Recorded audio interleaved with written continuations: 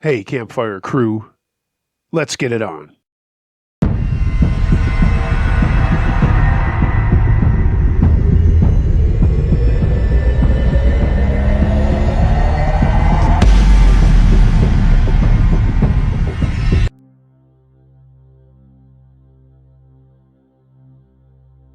COVID-19 Scare, submitted by Charlie Dan 21. Alright, I had to send this in. So, holy cow, I live in Pennsylvania outside of a place called Dallastown. I've been working from home for the last few months due to the whole stay-at-home stuff going on. And don't get me wrong, I'm thankful for the ability to work remotely, and honestly, I think I get more done not being in the stupid cube farm. Having said that, I had a really creepy experience with some weirdo who showed up at my place out of nowhere one night. After I had knocked off for the night, I was ready for a night of binge TV watching and a few Yinglings, and called to my girlfriend Carrie, who went to live with her parents in El Segundo, California. We went to school together at Pitt, and that's how we met, but she made the run out there after all this thing came down and wanted to be with her family. I went out and made a steak on my grill on my back deck, and sat down for some binging, and after about an hour, I heard a knock on my door. I live in the country, and it's odd to have any visitors. My neighbors are almost a mile away from me in either direction. And even with the constant ordering of stuff online, the Prime guys and FedEx people just leave my stuff at the bottom of my stairs. My front door is actually on a second-story porch with a staircase that leads up from my driveway. There's no door down there, and there are only windows in the back. My place is pretty ugly, and I can't wait to move. So, here's this knock. I get up, go to the door, and there's a guy in a hoodie standing there asking if I can help him jump his car that's just stalled. It's like 7:30 in the evening, and as I looked around, I didn't see any car near my house. So I just asked him, okay, where's your car? He said, about a mile down the road, I really need your help. Okay, red flag goes up immediately. If his car broke down a mile in either direction from my house, he would have been closer to one of my neighbors, and one of them actually runs a collision shop on his property, so I was calling bullshit right away. Stalling for time, I asked him what kind of car he had, and he stumbled with his answer saying that he had a Honda Taurus. Right, a Honda Taurus. Two different car companies, buddy. I told him to wait outside and I'd see if I had any jumper cables. To be honest, I did, but I was sketched out about this guy. So I closed the door, grabbed my phone and called my buddy Pete, and I told him what was up, and he said, man, don't do anything with this guy, just tell him to leave. I went back to my door, opened it up with the chain in place still, told the guy that I didn't have any jumper cables, but a guy up the road a piece would be able to help him, and I told him that his name was Jim and he owned a collision shop. This scruffy white guy just looked at me and said, well, can you give me a ride there? I told him I couldn't and made up a lie about how I worked at a nursing home and couldn't interact with anyone due to the virus epidemic. I just told him that I wouldn't be able to help him, good luck, asked for my friend Jim, and then I shut the door. I called my girlfriend and told her what just happened when there was a knock at the door again. I went back, opened it up, and it was the same scruffy guy in the hoodie. He had been standing there for like 10 minutes. Now he asked if he could use my bathroom, and I said, no, I gotta be honest, I shouldn't even be talking to you like this. Good luck to you. Please ask for my friend Jim. He owns the collision shop down the road. I again closed the door, but less than a minute later, there was a pounding on the door. This time I just cracked it open, and I told the same freaking guy, leave. This time he asked me to come in for a glass of water, and by now I was done. I said, buddy, get out of here or I'm calling the cops. Just leave. I told my girlfriend what was going on, and she just told me to be careful. She was going to run and eat dinner, obviously a time zone difference, and she'd call me back later. I went back to the Mandalorian and wanted another beer, so I went down to my first level where I kept my beer and such in a fridge. It was still sort of light out, so I didn't bother to hit the light switch. But after I snagged the little crab catcher, I looked out over to my windows into the backyard. And there, looking in, was the same guy that had been at my front door. This time he was holding a knife, but it was laughable. It was a paring knife, like a teeny-weeny little knife. I stepped over to my workbench and picked up an axe and held it up for him to see. He just walked away, and this is when I called the cops. An officer came out about an hour later, and I gave the cops the guy's description. The officer was really cool, and we did the whole social distancing thing, but he said he'd cruise up and down my road to see if he could find anybody or anything. About 20 minutes later, he came back and said there were no abandoned cars on the road, and to keep my doors locked and to not answer any more people if they came by. He gave me his card and said to call 911 if there was any trouble. He was going to follow up with me later. A while later, my girlfriend FaceTimed me and asked me why I had an axe next to me on the couch, and I told her what had been going down. We kept chatting, and at around 11, I said I was going to watch the news and then go to bed. Not long after I hung up, I heard a window downstairs crash. Thinking I was a hard-ass, I grabbed my axe off the couch next to me and ran downstairs after flicking the lights on. Halfway through my window was the same hoodie guy from earlier with another guy behind him. I ran screaming at both of them with my axe, and I was full-on Conan at that point. Hoodie guy stopped climbing over the broken glass and was backing out when I swung full force on the frame, where he had just jumped away from. The guy behind the hoodie guy yelled out, "This effing guy is crazy." I was still yelling and went halfway out the window, telling him to come get some. I know, what a stud, right? They ran off. I called the cops, and again the same guy came out and looked at what happened. The officer took a report, helped me put a piece of plywood over the broken window, and then left. No one came back the rest of the night, but I stayed up way too keyed up to sleep. The next morning, I went outside to see if there was any broken glass outside, but most of it was on the inside when the hoodie guy kicked the window in. The two guys didn't come back. No one got hurt, but holy cow, that was scary. I can't wait for this crazy stuff to end.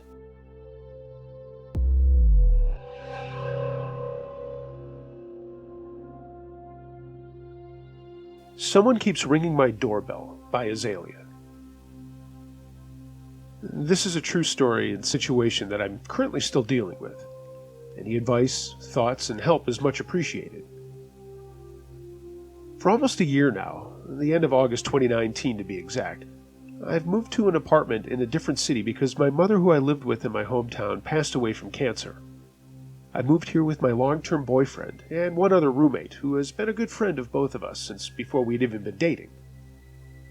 We all absolutely love it here. The location is great. It's a 15-minute bike ride from my university, and it's located at a square with a grocery store, drugstore, lunchrooms, etc. So we pretty much have everything we could possibly need to survive within walking distance. However, just after a month or two of living here, someone has started to ring my doorbell at exactly 11:05 p.m. semi-regularly. Sometimes every day, sometimes every other day. Sometimes there's a week in between, and sometimes there's a couple of weeks in between, but it is always at around 11:05 p.m. And every single time, I get no answer each time I ask through the intercom who it is. Except for one time, but I will get to that in a bit. At first, I thought it was friends from one of our neighbors who accidentally rang the wrong doorbell. But after around the fourth time, I grew suspicious, and after more than those 4 times, I started noticing that it always happens at either exactly 11:05 p.m. or a few minutes earlier or later than that. My boyfriend and roommate both work at bars, so they work until very late and usually only get home around 2 a.m. So each time this happens, I'm always home alone, and it was starting to freak me out after a while. When I first told them about it, they kind of shrugged it off and said it was probably just a mistake, like I thought at first. But when I told them that it happened so many times, and so many times daily, they didn't really believe me and thought I was just a little paranoid and spooked. However, one night, when the doorbell rang and I answered the intercom asking who it was, I heard very heavy breathing. I was thoroughly spooked at that moment. I was home alone and kept asking who this person was and what they wanted. I couldn't figure out from the breathing if it was a man or a woman, but I heard a strange mumbling and whispering, and then everything went dead silent. I thought they had left, I put my apartment door on a double lock after that. I was scared and spooked. Thankfully, my roommate got home a little earlier that night, around 30 minutes after the doorbell rang, and he could tell how upset I was. Now with this whole corona crisis, my roommate and boyfriend aren't able to work anymore, and now they've also witnessed this frequent door ringing at 11:05 p.m. So they now believe me and agree that it is very odd and creepy. We have a balcony that looks down at where our apartment building's main front door is, but because there's also a shop right beneath us, it always has those curtain or roof things out, so the view to the door is partially obscured. Every time our doorbell rings, me, my boyfriend, and roommate go out onto the balcony to see if we can see anybody, but we never can. I've also asked my neighbors from my apartment building if their doorbell also gets rung so often, but the ones that I've asked have all said nothing's ever happened to them. 2 weeks ago, my roommate decided to do some investigating and went outside our apartment building at 11 p.m. He was standing across the street and was pretending to have a smoke while keeping an eye on our door. He said he did see a man who looked kind of suspicious wandering around our apartment building, who slowed down his pace significantly as soon as he approached our door, but when he spotted my roommate looking at him, he just quickly walked away. We're not 100% sure if that's the door ringer, but it was still very, very suspicious. Our doorbell hasn't been rung since that day, and I'm hoping that maybe it will stop now, but there is a possibility that it will continue again in a few weeks. So, to this strange guy who rings my doorbell at 11:05 at night so often, please just stop, and please, let's never meet.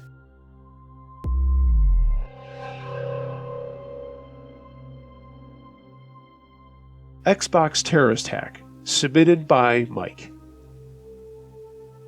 My name is Mike, and I'm a 31-year-old software consultant who currently works in the federal DoD sector.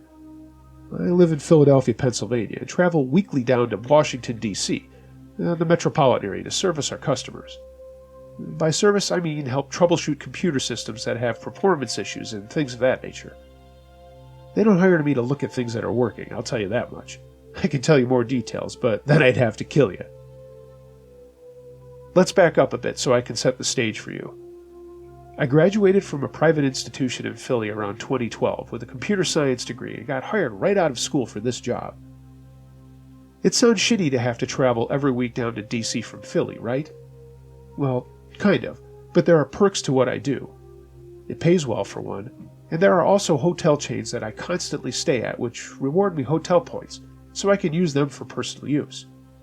It also allows me to work remotely from home since the world is a bit crazy now with the COVID-19 pandemic and the George Floyd problem.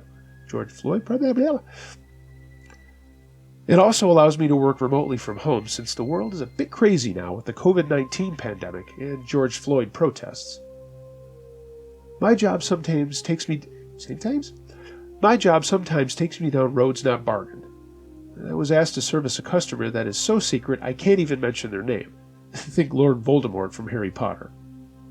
Yeah, it's pretty serious. I had to go and do a full-scope polygraph just to be allowed on site. And if you don't know what that is, please take a minute to wiki it and learn about it.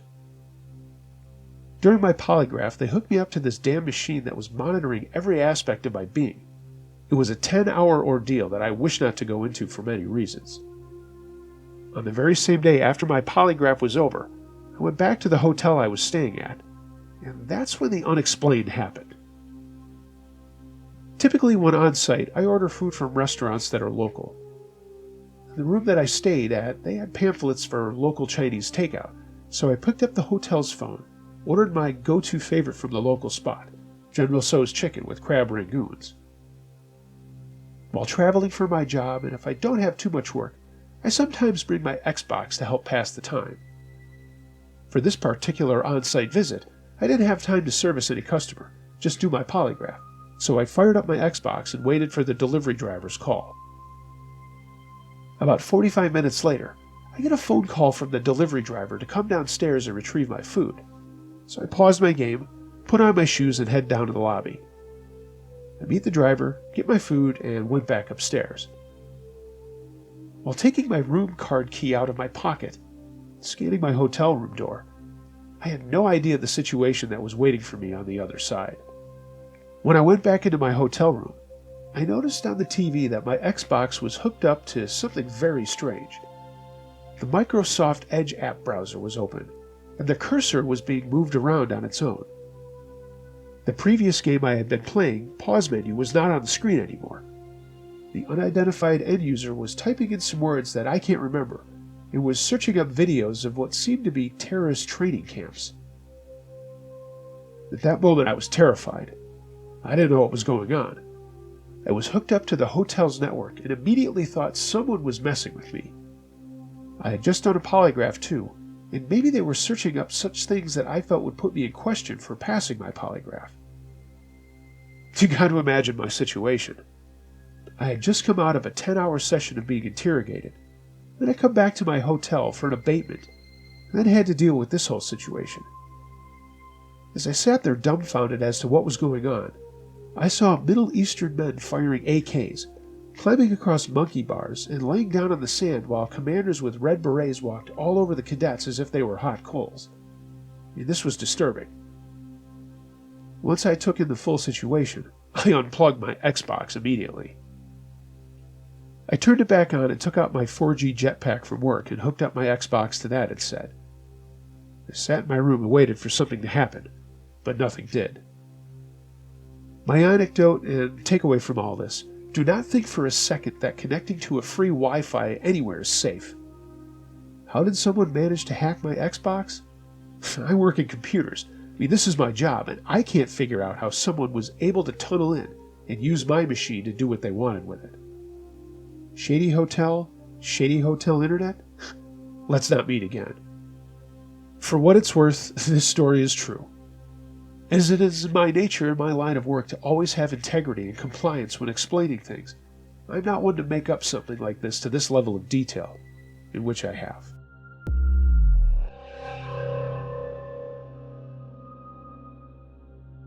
Something in the Dark, submitted by Anonymous. So my story is short, but it's terrifying. The only person in this story is me. My parents were away for the weekend during the winter, and as the oldest sibling, I was 16. I was responsible for taking care of my 2 younger sisters and taking care of the house while my parents were away. It was a Saturday and during winter break, and I was shoveling lots of snow off the driveway. We live in a part of Illinois that is not necessarily the country, but it is not an urban area, so not that many people around. But it's not like houses are spaced miles away from each other either. Anyway, I was working on shoveling, and for most of the day it was fine. Nothing unordinary. My sisters helped out a little bit too. Then I fixed them up some dinner, and after dinner headed out again. This was maybe 7 o'clock. The sun was down. It wasn't a windy day, just cold if anything else. And I was shoveling when I heard something. I stopped shoveling, listened for a moment, and it was nothing but silence. I knew something was there, and I could hear the crunch of snow, but I couldn't see anything. I continued to shovel the snow and could feel something watching me, but I didn't dare look for whatever was there. I just finished up, went inside.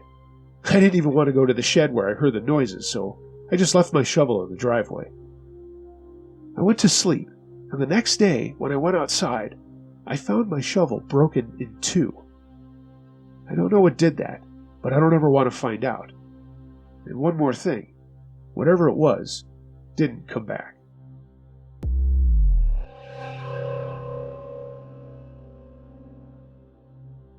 Mom's Neighbor is Crazy by Captain Spooky 13.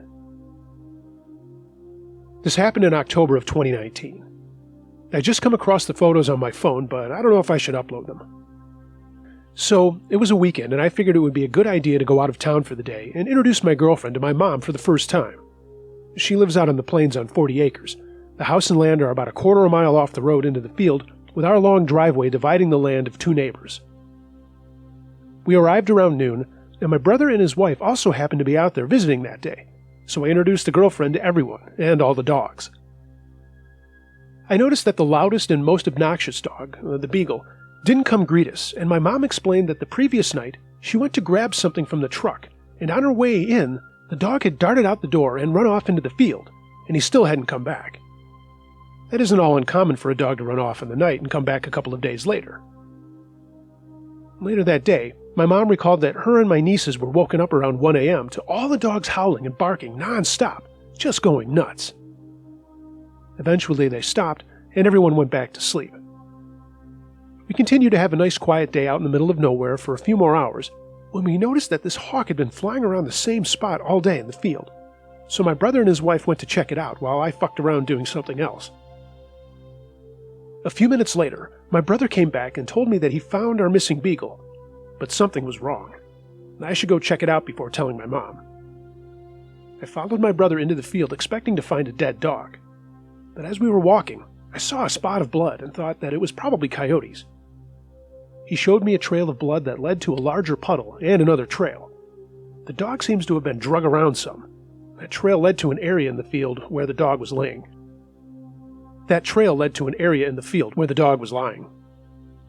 As soon as I saw the dog, something looked wrong about the whole scene. All the plants around him were trampled, and something looked different about him. I took a few more steps and realized that he was missing his skin. This wasn't just a few bits missing from a fight or birds picking at him. The only fur or skin left on him was his head, tail, and paws, with very distinguished straight lines he had been skinned. Some sick motherfucker had killed, skinned, and taken the pelt of our dog in the middle of the night, only a couple of 100 feet from the front door. Of course, we called the cops, and they took 2 hours to arrive. They took pictures, and we looked around the area and noticed tire tracks, but we couldn't tell how old they were. We also found a pile of horse shit that looked pretty fresh close by. Did whoever did this ride a horse out there? To this day, the cops have never followed up with anything, and nothing else has happened yet. Nature cams were installed and fences have been mended so dogs can't get out, but we still have no idea who did it. I came across the pictures on my phone today, and can't seem to bring myself to delete them.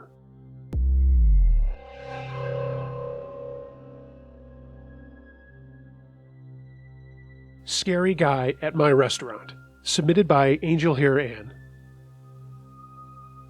My name is Ann, and I'm a professional chef at a restaurant in my hometown. I don't want to share the name. There are only a few upscale places where I live, and I think you could understand why I don't want to use specific names. I'll just refer to my restaurant as the Black Anchor. It's a steak and seafood place that is pretty costly. Our regulars are fairly wealthy, and it's the kind of place that people usually only come to on special occasions. We do have a separate bar menu that lots of people come to, but the dinner service and lunch service is on the expensive side. Our seating is very limited, and reservations are needed usually 4 to 5 weeks out, and that's describing when it's slow business. In the summer months, it's much longer. I guess what I'm saying is that this isn't an Outback Steakhouse. As executive chef, I'm in charge of the menu and new recipes, but also in hiring and training new kitchen staff. I've been here for 10 years and own a small stake in the restaurant, so I take things very seriously and vet every applicant when we have the need to hire someone, which is rare. Usually the only time people leave is because they're looking to start their own place or are just leaving the area. I had just hired a grad from the CIA, and I'll call him Stefan.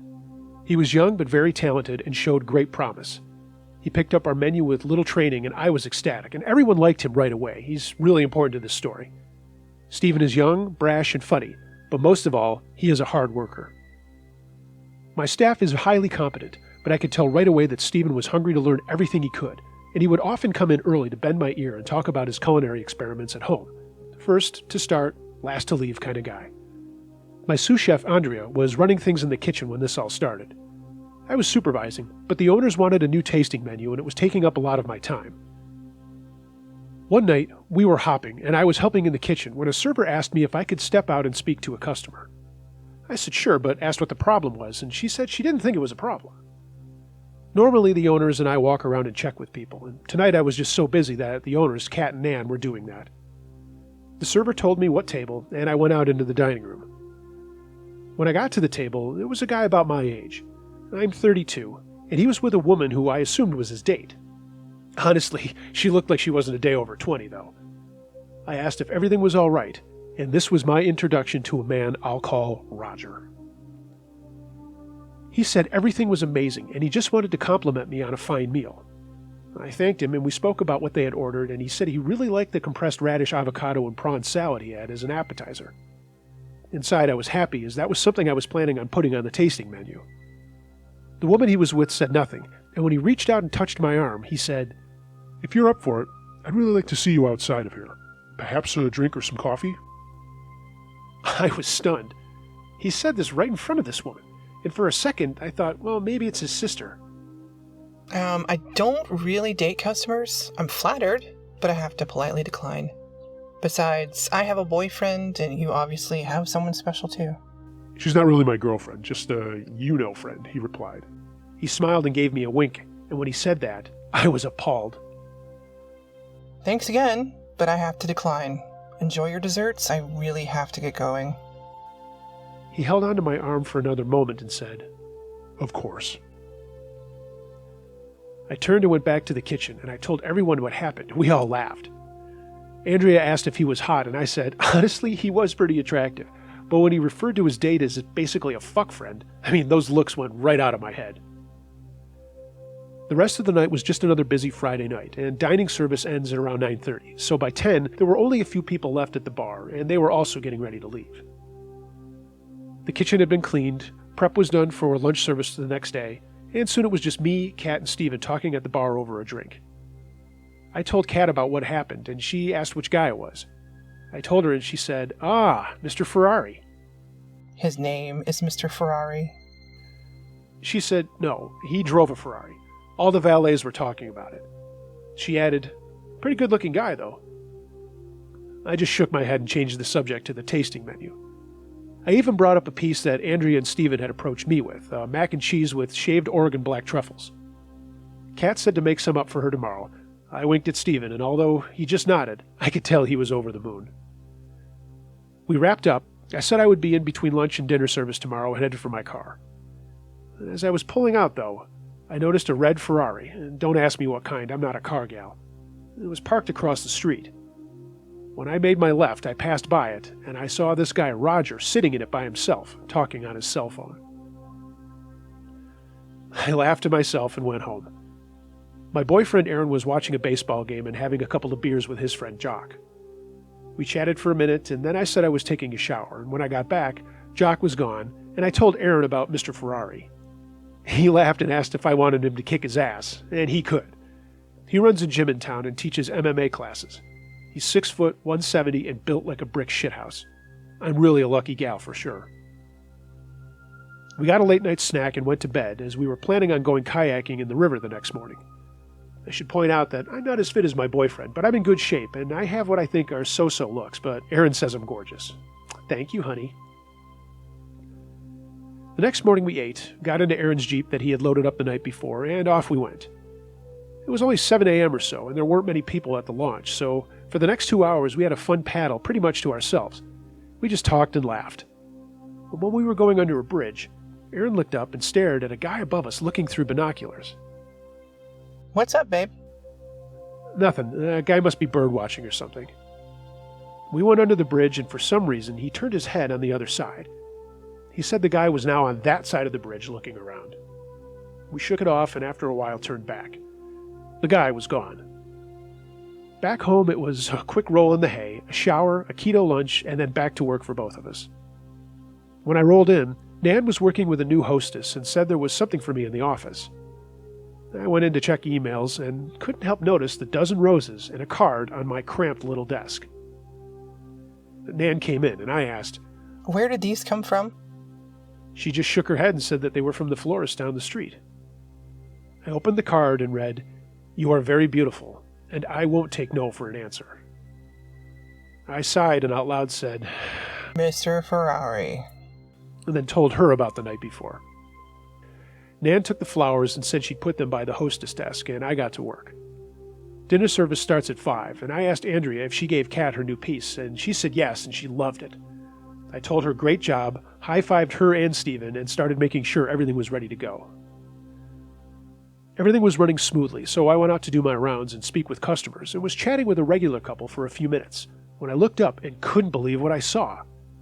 Remember how I said reservations sometimes took up to 5 weeks to get? Well, he must have done just that, because at a table staring at me was Roger, Mr. Ferrari. He smiled and waved, and I walked over to him. I tried to play it cool. and he looked me dead in the eye and said, It sounds lame, but I couldn't stay away from you. Really? 2 nights of reservations in a row? He smiled and said, You know, sometimes there are other ways to get what you want. And those flowers were for you, not your entryway. Thanks. Again, I'm flattered, but I'm also spoken for. Enjoy your meal. If you'll excuse me, I have other guests to attend to. and I walked away to another table. About an hour later, I emerged from the kitchen, and he was gone. Thank God, I thought. He was very handsome, but what a creeper.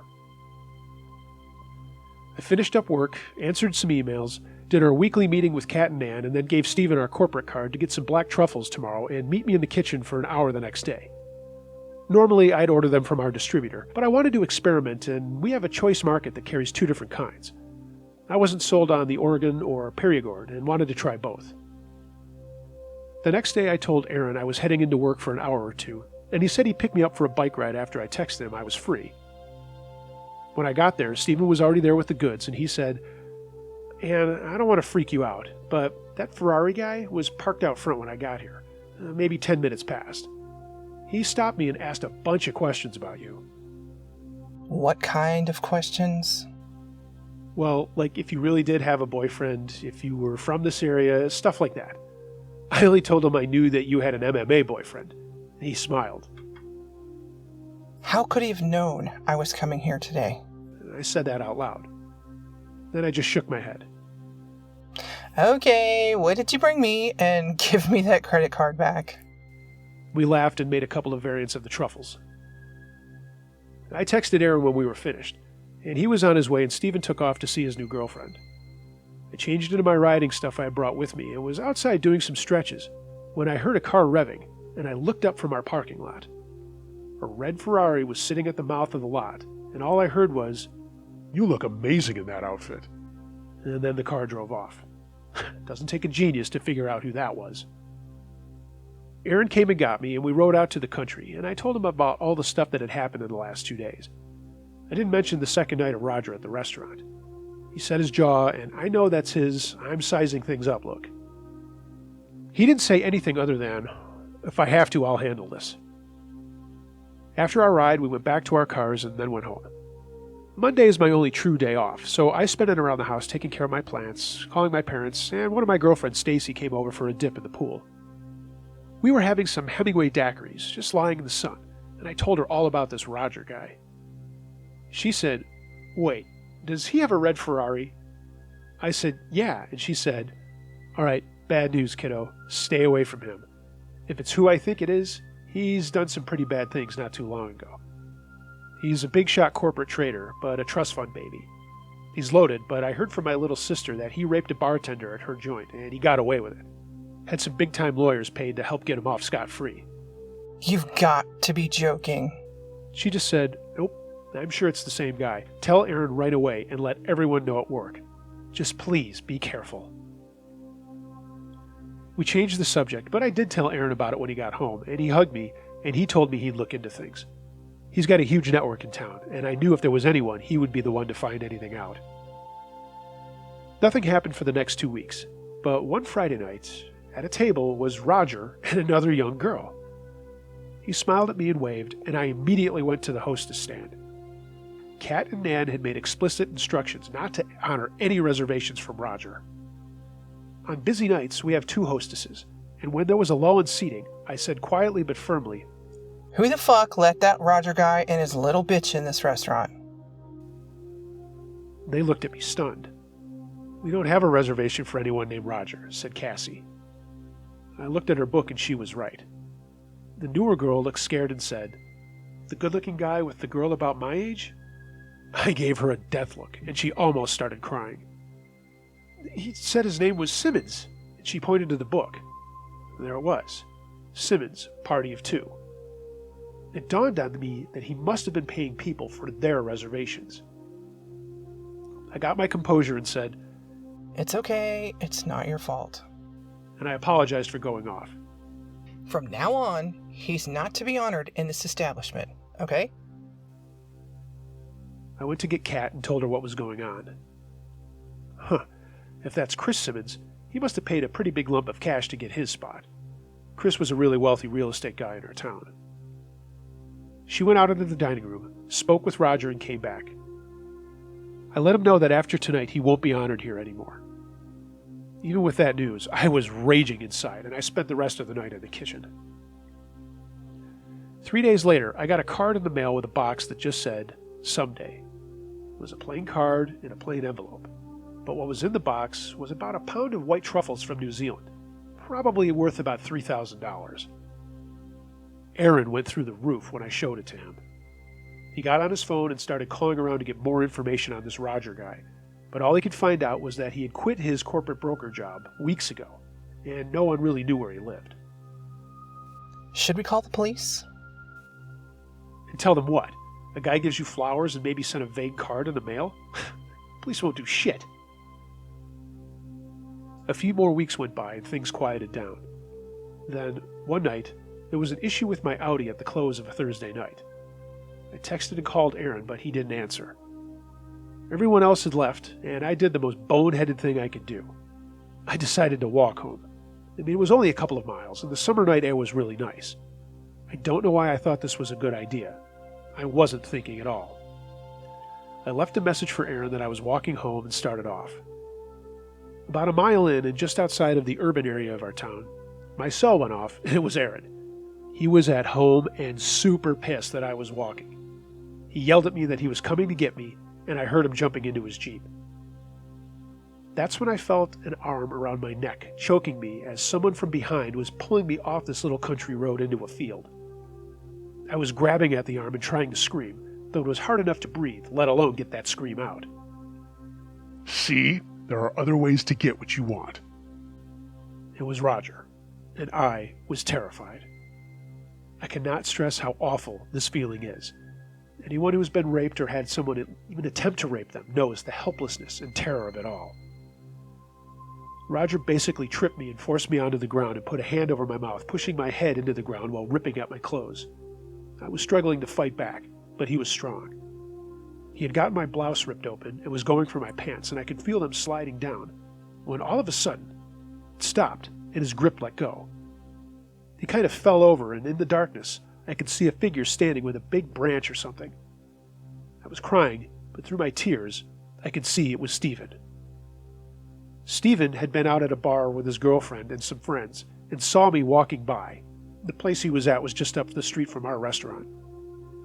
At first, he didn't think anything of it, but after a few minutes, it dawned on him that something was probably wrong. He left his friends and started following me. When he caught up, he had picked up a huge branch on the side of the road and smashed Roger in the head. He asked if I was okay, and I nodded, and he helped me up just in time for Aaron to pass by. Aaron jammed on the brakes, backed up, and ran over to us. He looked at Stephen and said, "Get her in the Jeep." Then I heard him yelling stuff at Roger, and for one of us to call the police.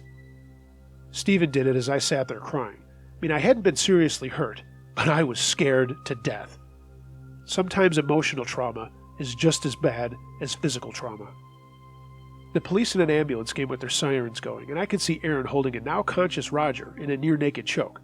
I actually asked him what that move was called afterwards.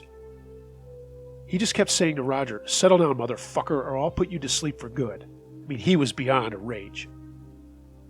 I looked at Roger and finally screamed out, How dare you! Fuck you, you fucking piece of shit! The ambulance took me to the hospital to check me out, but I was fine. Just emotionally devastated. I filed a report with the police. Roger was charged and held on bail, but he would make it the next day.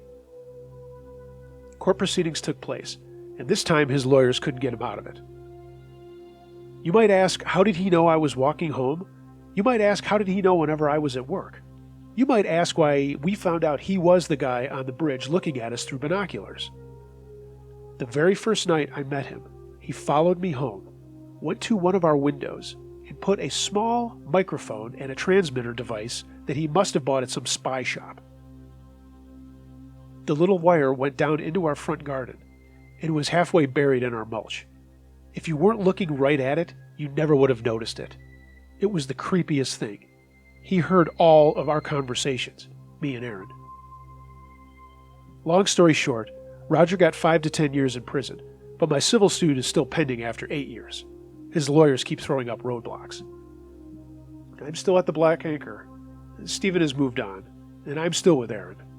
I can never forgive both of them for being there when I really needed them most, but I still apologize to them whenever I can for being such a blockhead and thinking it was a good idea to walk home. I'm working with a women's group now, bringing awareness of rape, and Aaron has also been drilling me with self-defense moves. Uncle Josh, I know you read them all, and I hope you read this, as it's not as terrifying as ghosts and monsters and whatnot. But this was the scariest thing that I hope ever happens to me in my life, and I'm looking forward to making sure that nothing like this ever happens again. To everyone out there, male or female, be safe and don't make the mistakes that I did. Never let your guard down, take everything seriously, and never walk alone anywhere at night.